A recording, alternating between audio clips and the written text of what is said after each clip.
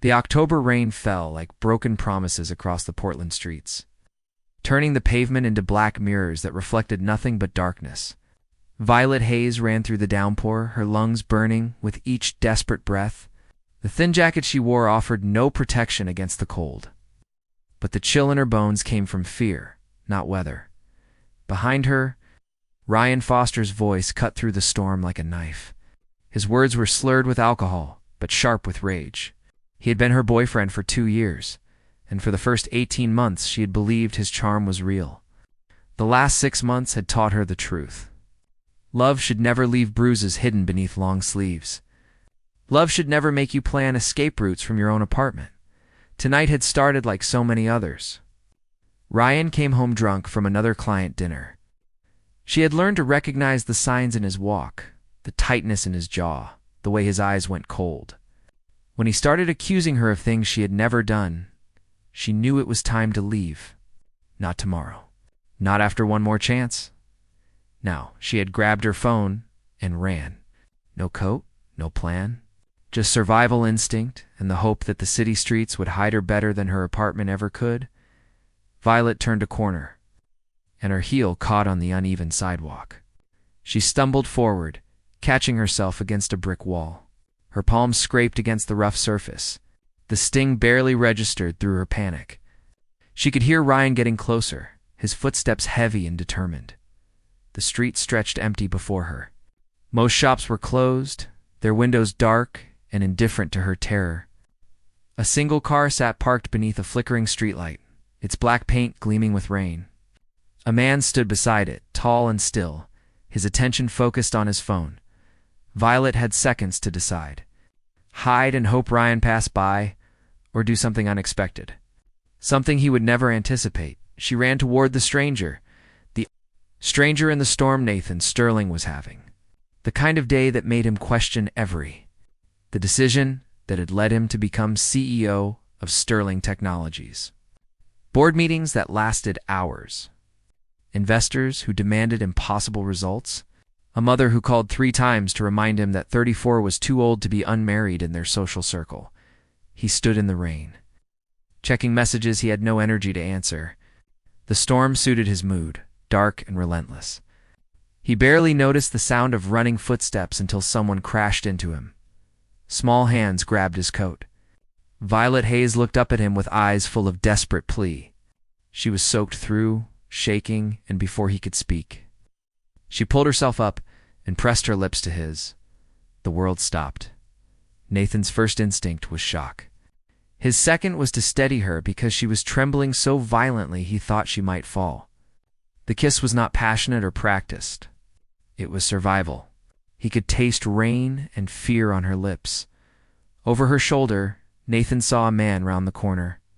He was unsteady on his feet, anger radiating from every movement. The man stopped when he saw them, his face twisting with shock and then fury. Nathan made a decision in that split second. He wrapped one arm around Violet's waist, supporting her weight, and met the angry man's gaze with calm authority. The kind of look that had silenced boardrooms and ended arguments before they began. Ryan Foster stared at them for a long moment. Then he spat a curse into the rain and turned away. Disappearing back into the storm, Violet kept her eyes closed for several heartbeats after Ryan's footsteps faded. When she finally pulled back, her hands dropped to her sides. She looked up at Nathan with an expression mixing gratitude, embarrassment, and exhaustion. "I am so sorry," she whispered. "I did not know what else to do. He was going to hurt me." Nathan studied her face. He had spent years reading people, learning to spot lies and manipulation. What he saw in her eyes was only truth and terror. "Are you hurt?" he asked quietly. She shook her head, though she was still shaking. "You should go somewhere safe," Nathan said. "Portland is not kind to people alone at this hour." He took off his coat and placed it around her shoulders. The fabric was warm from his body heat and smelled like cedar and rain. Violet pulled it tighter around herself. "Thank you," she said. "I will never forget this." Nathan nodded once. "Will you be all right getting home?" "Yes," she lied. She had nowhere to go tonight except maybe a friend's couch. But she could not burden this stranger with more of her problems. She turned to walk away, then glanced back one more time. The stranger stood motionless in the rain, watching her with an expression she could not read. There was something in his eyes that made her think he understood more than she had said. Then she walked into the darkness, and the rain swallowed her whole. 3 days later, Violet stood outside the glass tower that housed Sterling Technologies, trying to calm her racing heart. The interview had taken weeks to arrange. She needed this job desperately. Her savings were nearly gone. Her friend's patience was wearing thin. This was her chance to start over, to build a life that did not include fear. She had researched the company thoroughly. Sterling Technologies was known for innovation, ethical practices, and a CEO who valued talent over connections. She knew nothing about Nathan Sterling, except that he was young for a CEO and famously private. The lobby was all chrome and glass, beautiful and intimidating. Violet signed in at reception and took the elevator to the 12th floor. Her hands were steady now. She had practiced her answers. She could do this. The elevator doors opened and she stepped into a modern office space with floor-to-ceiling windows. A woman with a headset smiled at her. "Miss Hayes, Mr. Sterling will see you now. His office is at the end of the hall." Violet walked down the corridor, her heart pounding for reasons she could not name. She knocked once on the glass door. "Come in," said a voice that sent recognition flooding through her. She opened the door and froze. Behind the massive desk sat the stranger from the rain. He looked up from his computer, and for a moment, neither of them spoke. His expression shifted from professional courtesy to surprise to something that might have been amusement. "Miss Hayes," Nathan Sterling said, leaning back in his chair, "you are late." Violet's throat went dry. "I had no idea that you were the CEO. Most people do not until it is too late." His lips curved slightly. "Please, sit down." She obeyed, her mind spinning. This could not be happening.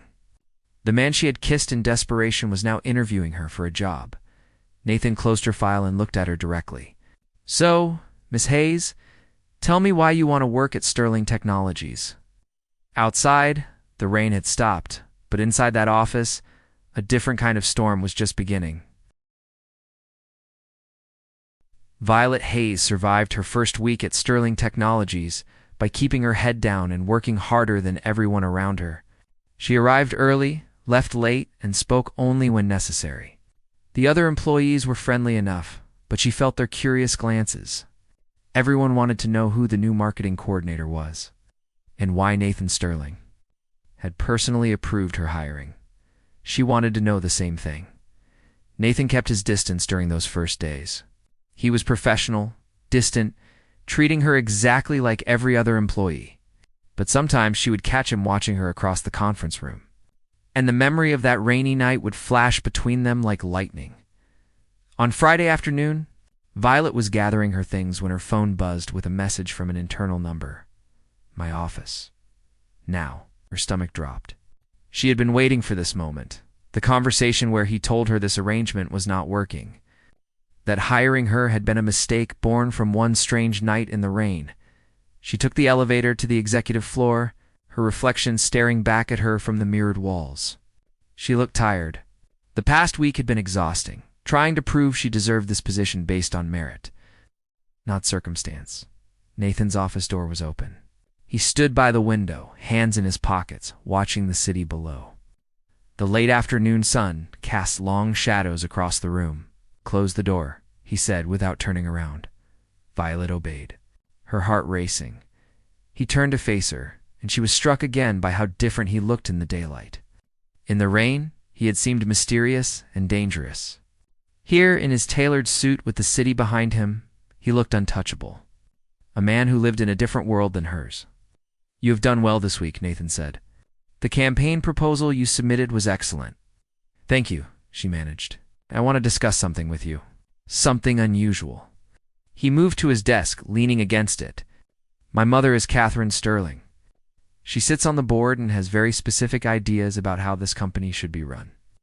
Violet nodded, unsure where this was going. "She believes that a CEO should project stability. That means being seen with the right people at the right events." His jaw tightened slightly. She wants me to bring a partner to the annual technology summit next month. Someone who can handle the press and make the company look good. Understanding dawned slowly. You want me to find someone for you? No, Nathan said, his eyes meeting hers. I want you to be that person. Silence filled the room. You want me to pretend to be your girlfriend? Violet said carefully. I want you to attend events with me. To appear in public as my partner? It would help both of us.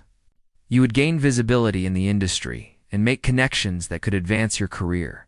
I would satisfy my mother and the board. This is insane, Violet said, though her voice was steadier than she felt. Probably, Nathan admitted.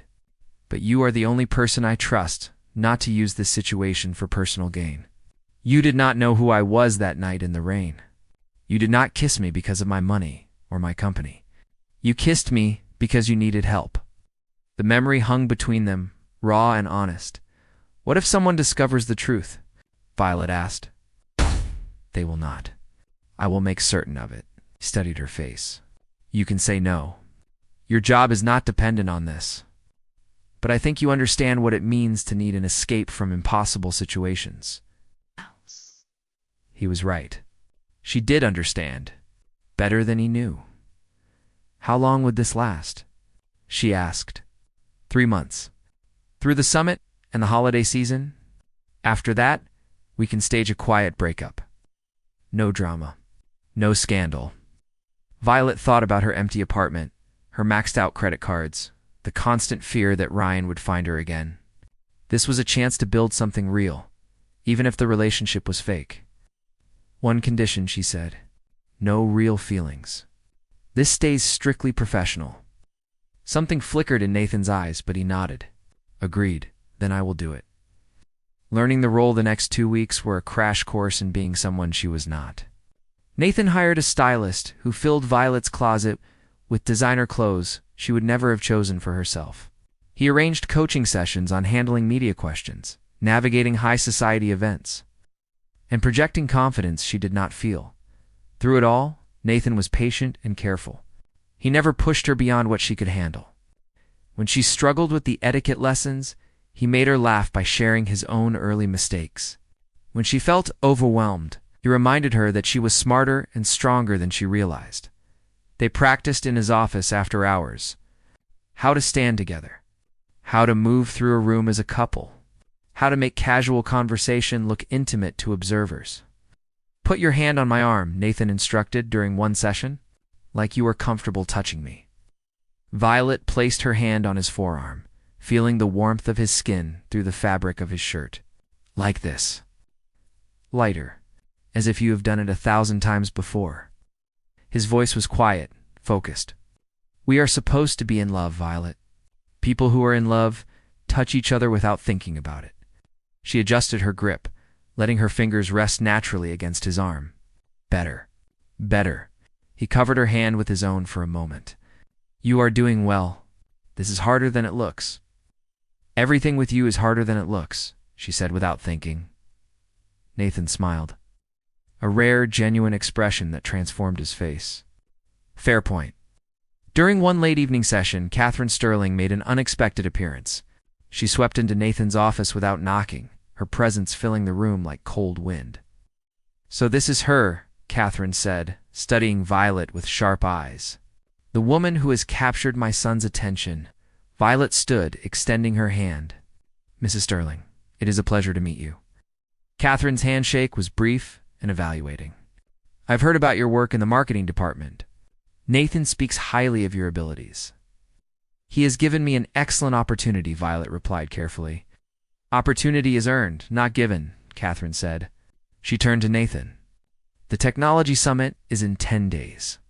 I trust you both understand what is at stake. This company's reputation matters more than personal feelings. We understand, Mother, Nathan said, his tone neutral but firm. After Catherine left, Violet sank into a chair. She terrifies me. She terrifies everyone, Nathan said. Do not let her intimidate you. You belong here as much as anyone else, do I? Violet asked quietly. Sometimes I feel like I am playing dress-up in someone else's life. Nathan sat beside her, closer than usual. I know that feeling. I have spent my entire life playing roles that other people wrote for me. The dutiful son, the brilliant CEO, the eligible bachelor. He paused. That night in the rain was the first time in years someone looked at me without knowing any of those things. You just saw someone who could help you. That was refreshing. Violet met his eyes. You saved me that night. I never properly thanked you. You do not need to thank me. I did what anyone should do, but most people would not have, she said softly.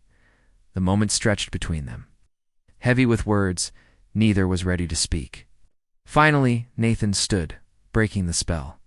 The summit is next week. After that, the real test begins. The Technology Summit, the Portland Technology Summit, was held at the Waterfront Hotel. It's a massive event that drew industry leaders from across the country. Violet spent the morning being transformed by a team of stylists. Her dress was midnight blue, elegant without being flashy. Her hair was swept up, revealing the curve of her neck. When she looked in the mirror, she barely recognized herself. Nathan arrived to pick her up at 6. He wore a charcoal suit that was probably worth more than her car. But what caught her attention was the way he looked at her when she opened the door. His expression shifted from professional courtesy to something she could not quite name. You look beautiful, he said simply. You look terrifying, she replied, and he laughed. The hotel ballroom was spectacular. Crystal chandeliers cast golden light across marble floors. Hundreds of people in expensive clothes moved through the space like schools of elegant fish. Cameras flashed constantly. Reporters called out questions. Nathan offered his arm, and Violet took it, remembering all her training. They moved through the crowd together, stopping to speak with investors and competitors. Nathan introduced her as his partner without hesitation or explanation. She played her role perfectly, smiling at the right moments, laughing at boring jokes. Asking intelligent questions about technology she barely understood, Sophie Chen appeared during a lull in the evening. She was a senior developer at Sterling Technologies, brilliant and ambitious. She had been with the company for 5 years and made no secret of her interest in Nathan. Nathan, Sophie said, her smile bright and sharp, I did not realize you were bringing someone tonight. Sophie. This is Violet Hayes. She works in marketing. I know who she is, Sophie said, her eyes sweeping over Violet with barely concealed disdain. Everyone has been talking about the new girl who caught the CEO's attention. Then everyone should find more interesting things to discuss, Nathan said coolly. Sophie's smile tightened. Of course. Enjoy your evening. As she walked away, Violet felt a chill that had nothing to do with the air conditioning. She hates me, Violet said quietly. She hates anyone who gets close to me, Nathan replied. Ignore her. But ignoring Sophie became impossible when the music started. Nathan led Violet onto the dance floor, his hand settling on her waist with practiced ease. They moved together, and for a moment, the pretense felt dangerously real. You are a good dancer, Violet said. Years of forced lessons, Nathan replied. My mother believed that powerful men should master every social skill. She was probably right. She usually is. That is what makes her so insufferable. Violet laughed, and Nathan's expression softened. They were standing so close, she could feel his heartbeat. The rest of the room faded into background noise. This does not feel fake, she whispered. Nathan's grip on her waist tightened slightly. No, it does not. Neither of them noticed Sophie watching from across the room, her phone raised, capturing the moment. Neither of them saw the calculation in her eyes as she sent the photo to a contact whose name was simply listed as press. The next morning, Violet woke to her phone exploding with notifications. The photo was everywhere. Social media, tech blogs, gossip sites. The headline read, Sterling CEO's Secret Romance. Who is Violet Hayes? By the time she reached the office, the damage was done. Nathan's mother was furious. The board was concerned, and Sophie was nowhere to be found. Nathan called Violet into his office, his expression colder than she had ever seen it. Did you talk to anyone about us? He asked. Of course not, Violet said, her heart sinking. Nathan, I would never do that. Then how do you explain this? He turned his computer screen toward her. Security footage showed a woman in a blue dress holding up her phone during their dance. The angle made it impossible to see the woman's face clearly, but the dress was similar to Violet's. "That is not me," Violet said, her voice shaking. "Someone edited that footage. Look at the timestamp." "I was talking to your investor at that time." Nathan's expression remained closed. "I cannot take that risk. The company's stock dropped this morning. Investors are questioning my judgment." "So you are going to blame me?" Violet asked, anger rising through her fear. "After everything you believe I would betray you?" "I believe people do desperate things when they need money," Nathan said, and the words cut deeper than any knife. "You are a coward," Violet said quietly. "You are so afraid of being hurt that you would rather believe a lie than trust someone who cares about you." She turned and walked out, past the whispers and stares, out of the building and into the rain that had started falling again. Behind her, Nathan stood at his window, watching her disappear into the storm for the second time. And this time he knew he had no right to follow. The coastal town of Harmony Bay was the kind of place people came to disappear. Violet found a small cottage 3 blocks from the beach. Weathered wood and salt-stained windows that looked out over endless gray water. The landlord was an elderly woman named Mrs. Patterson, who asked no questions and accepted cash for the first month's rent. Violet spent her days walking the empty beach, watching waves crash against ancient rocks. The constant sound of the ocean filled the silence she carried inside. At night, she worked freelance graphic design jobs on her laptop, enough to pay for food and rent, nothing more. She had left Portland with 1 suitcase and a heart that felt hollowed out. The news cycle had moved on quickly. Within a week, some celebrity scandal had replaced her story. But the damage remained. Her reputation was destroyed. Her trust was shattered. And somewhere in the back of her mind, she could still feel Nathan's hand on her waist during that dance. She hated that the memory still made her chest ache. 2 weeks into her exile, Violet was making coffee when her phone buzzed. Unknown number. She almost deleted it, then curiosity won. "Stay away from windows. Lock your doors. He knows where you are." Her blood turned to ice. There was no signature, but she knew. Ryan had found her. Violet checked every lock twice that night. She kept her phone close and slept in her clothes, ready to run if she heard anything unusual. The cottage that had felt peaceful now felt like a trap. Isolated and exposed, she did not know that 500 miles away in Portland, Nathan Sterling was having the worst night of his life. The truth emerges: Nathan had not slept properly since Violet left. The penthouse felt empty despite being filled with expensive furniture.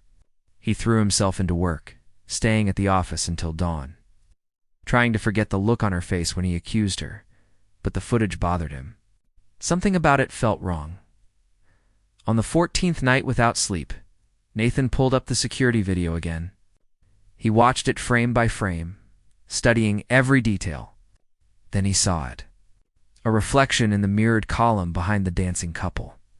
The woman holding the phone wore a distinctive silver bracelet with blue stones. Sophie Chen wore that bracelet every single day. Nathan felt rage and guilt collide in his chest. He had been so afraid of being betrayed that he had destroyed the one person who had been honest with him from the beginning. He called his head of security immediately. "I need you to review all footage from the summit. Focus on Sophie Chen. I want to know everywhere she went and everyone she spoke to." The report came back within hours. Sophie had been seen talking to a reporter from a gossip website. She had been caught on camera near the server room where security footage was stored. And financial records showed a recent deposit of $15,000 into her account from an untraceable source. Nathan fired her before sunrise. But firing her did not undo what he had done to Violet. He was sitting in his dark office, staring at nothing, when Detective Morrison called. The detective's voice was tense and professional. "Mr. Sterling, this is Detective Morrison from Portland PD. We met last year regarding the charity fraud investigation." "I remember," Nathan said. "What can I do for you, Detective?" "We thought you should know.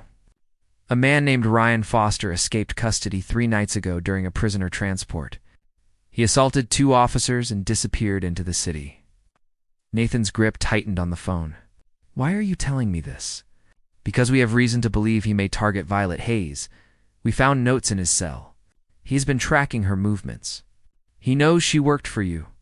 We think he might try to use her to get to you, or worse. Nathan was already grabbing his coat. Do you know where she is? We lost track of her after she left Portland. Mr. Sterling, if you know where Miss Hayes is, you need to tell us. This man is dangerous. He has nothing left to lose. Nathan's mind raced. Violet had not contacted him since she left. She had no reason to trust him after what he had done. But he had resources, money, connections. He could find her. Give me 2 hours, Nathan said. I will call you back. He made 3 phone calls. The first was to his private investigator. The second was to his pilot. The third was to his mother, and for the first time in his life, he did not care what she thought. I made a terrible mistake, Nathan told her, and I am going to fix it, even if it costs me everything. Catherine Sterling was silent for a long moment. Then she said something that surprised him. Your father once told me that a man who cannot admit when he is wrong is not strong enough to lead. Go find her, Nathan. And this time, do not let her go.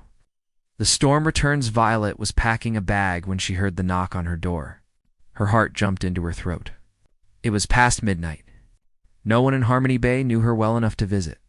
She grabbed the kitchen knife. She had been keeping on the counter and approached the door slowly. Violet, it is Nathan. Please, open the door.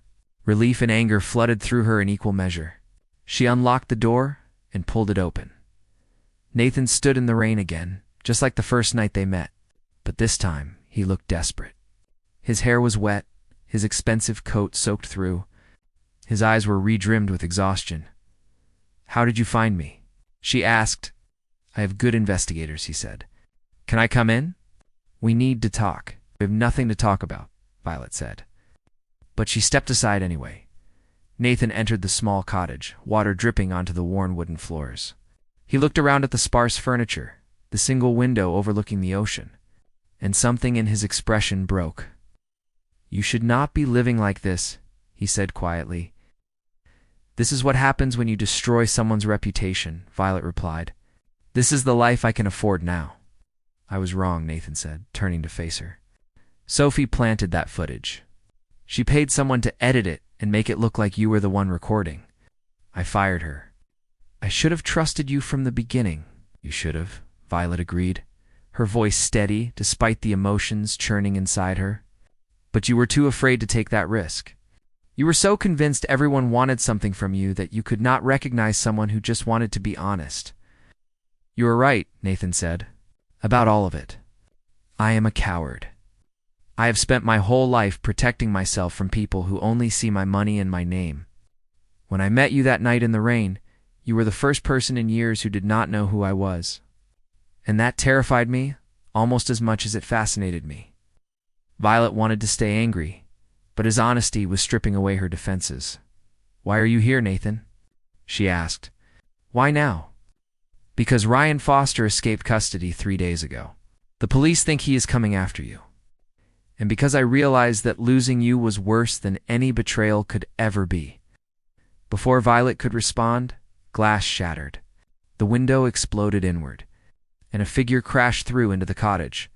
Ryan Foster stood among the broken glass, wild-eyed and soaking wet. He held a knife in one hand, and his smile was wrong in every possible way. Found you, Ryan said, his voice sing-song and terrible.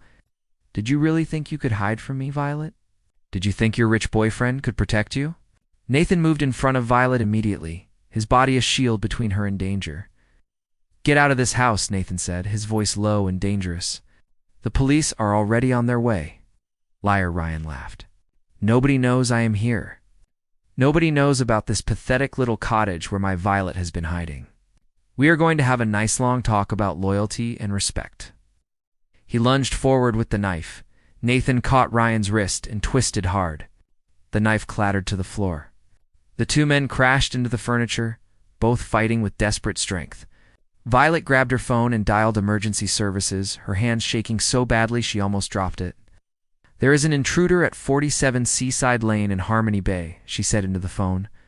"He has a weapon. Please hurry." Ryan broke free from Nathan and dove for the knife. Nathan kicked it away and tackled Ryan to the ground. They struggled violently, crashing against walls, knocking over chairs. Then Ryan's hand found a shard of broken glass from the window. "Nathan, watch out!" Violet screamed. Nathan rolled aside just as Ryan swung the glass like a weapon. It missed his throat by inches, cutting across his shoulder instead. Blood bloomed through his white shirt. Violet grabbed the iron skillet from the stove and swung it with all her strength. It connected with the side of Ryan's head with a sickening thud. He collapsed to the floor, unconscious. Sirens wailed in the distance. Growing louder, Violet dropped the skillet and ran to Nathan, who was pressing his hand against the wound on his shoulder. Blood seeped between his fingers. "You are hurt," she said, her voice breaking. "I am fine," Nathan said, though his face was pale. "Are you all right?" "You could have been killed," Violet said, tears streaming down her face. "You should not have come here. You should not have risked yourself for me." Nathan reached up with his uninjured hand and touched her face gently. "I would risk everything for you. I should have told you that weeks ago." Police burst through the door moments later, followed by paramedics. They took Ryan into custody while he was still unconscious. Detective Morrison arrived 20 minutes later. Having driven from Portland the moment Nathan called him, a paramedic cleaned and bandaged Nathan's shoulder. The cut was deep, but not life-threatening. He would need stitches, but he refused to go to the hospital until he knew Violet was safe. As dawn broke over Harmony Bay, Violet and Nathan sat on the cottage steps watching the ocean. The rain had finally stopped. The sky was turning pink and gold.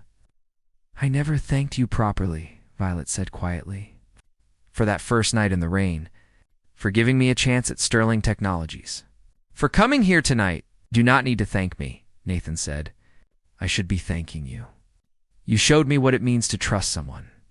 You showed me that not everyone wants to take something from me." "What happens now?" Violet asked. Nathan was quiet for a long moment. Then he said, "I want to give you your job back. With a promotion and a public apology, I want to tell everyone the truth about what Sophie did. But more than that, I want to know if there is any chance you could forgive me."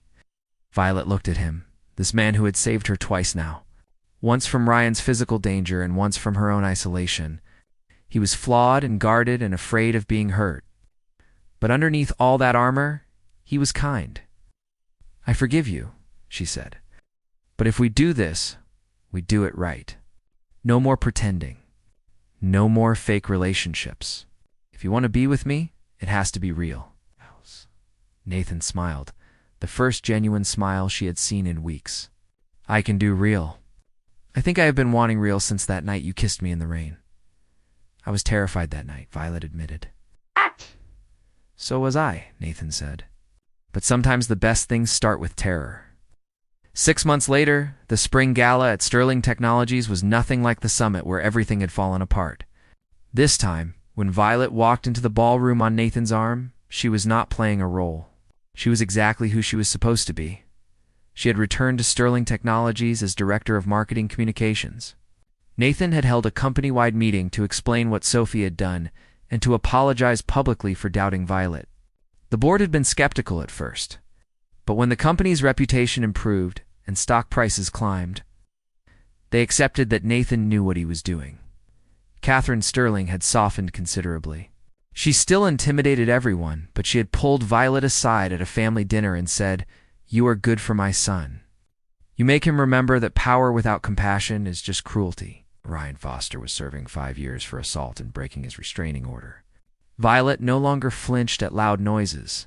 She no longer planned escape routes from every room. Therapy was helping her understand that his abuse was never her fault.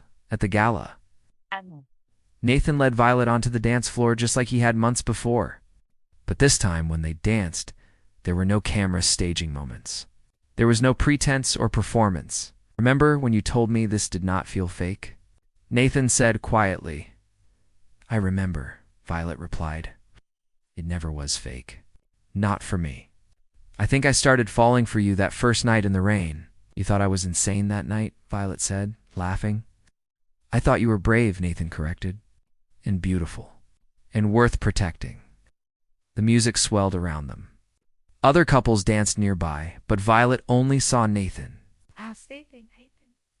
I have something for you, Nathan said. He reached into his pocket and pulled out a small velvet box. Violet's heart stuttered. Nathan, what are you doing? Something I should have done months ago, he said. He opened the box, revealing a ring that caught the light like trapped starlight. I am not good at this. I've spent my whole life building walls instead of bridges. But you taught me that some risks are worth taking. Violet Hayes, will you marry me? Tears filled Violet's eyes. Around them, people were starting to notice. The music was fading. The room was holding its breath. Yes, Violet said. Yes, absolutely yes. Nathan slipped the ring onto her finger and kissed her, and the ballroom erupted in applause. Later that night, they stood together on the balcony where everything had once fallen apart. The city spread below them, lights twinkling like promises. Do you remember what you said to me the night I was suspended? Nathan asked. I called you a coward, Violet said. I was angry. You're right, Nathan said. But you also said I was too afraid of being hurt to trust someone who cared about me. I do not want to be that person anymore. You are not, Violet said, leaning against him. You proved that when you came to find me. You proved it every day since. Nathan wrapped his arms around her. We should go back to that street someday. The one where we first met. Why? Violet asked. 'Cause I want to stand there with you in the rain and thank it for bringing you into my life. Even though it was terrifying and messy and complicated, it was the best thing that ever happened to me. Violet turned in his arms and kissed him. The rain did not bring us together. We brought ourselves together. We chose each other, even when it was hard. Then here's to choosing each other, Nathan said, every day for the rest of our lives. Above them, stars broke through the clouds. The storm had long since passed, but its memory remained. A reminder that sometimes the most beautiful things are born from the darkest nights, and sometimes, when you run through the rain looking for safety, you find something far more precious than shelter. You find home.